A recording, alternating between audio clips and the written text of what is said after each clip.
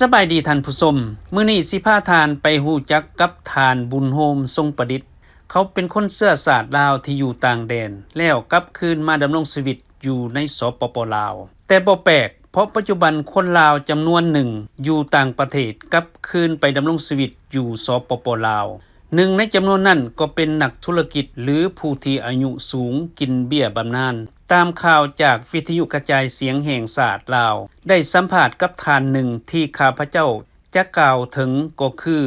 เขาชื่อทานบุญโฮมทรงประดิษฐ์เขาเกิดอยู่เมืองหินบูนแขวงขมวนออกจากประเทศลาวแต่ปี 1969 โดยไปอาศัยอยู่ที่นครหลวงโตเกียวประเทศญี่ปุ่น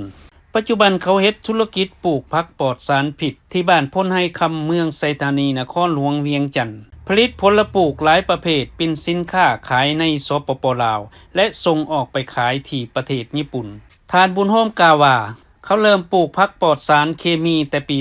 2004 ก่อนหน้านั้นเขาเป็นพ่อค้ารับซื้อผักจากประเทศใกล้เคียงเพื่อส่งไปขายอยู่ญี่ปุ่นเมื่อเขามีโอกาสได้พบกับการนำขั้นสูงของสปป.ลาวที่สถานทูตลาวประจำญี่ปุ่นและได้รับคำแนะนำจากทานผู้นั้นให้ไปดำเนินธุรกิจก็คือการผลิตกสิกรรมเป็นสินค้าอยู่สปป.ลาวฉะนั้นเขาจึงตัดสินใจไปเฮ็ดธุรกิจที่สปป.ลาวเบื้องต้นเขาปลูกหัวข่ากล้วยใบกีหูดหอมเปผักอีเลิศหอมบัวใบเตยและหมากหุงในนาที9เฮกตาร์เห็นว่าผลสำเร็จเป็นอย่างดีปัจจุบันพืชผักต่างๆได้ส่งขายภายในลาวและส่งออกไปขายต่างประเทศโดยเฉพาะประเทศญี่ปุ่นอาทิตย์หนึ่งส่งออก1ครั้งในนั้นมีหัวสีไข่200กิโล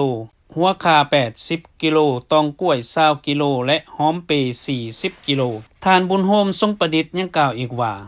ปัจจุบันเมืองลาวมีถนนหนทางสะดวกสบายยิ่งขึ้นมีโรงเรียนโรงหมอไฟฟ้าน้ำประปาได้ซ่อมใช้อย่างสะดวกสบาย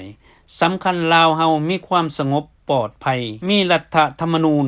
และกฎหมายเพื่อรับรองการดำเนินธุรกิจต่างๆอย่างสอดคล้องเหมาะสมถ้าสมเทียบใส่เมื่อก่อนเขายังเรียกร้องให้คนเชื้อชาติลาวอยู่ต่างประเทศกลับคืนมาเยี่ยมยามบ้านเกิดเมืองนอนของตนพร้อมเชิญชวนนักธุรกิจคนเชื้อชาติลาว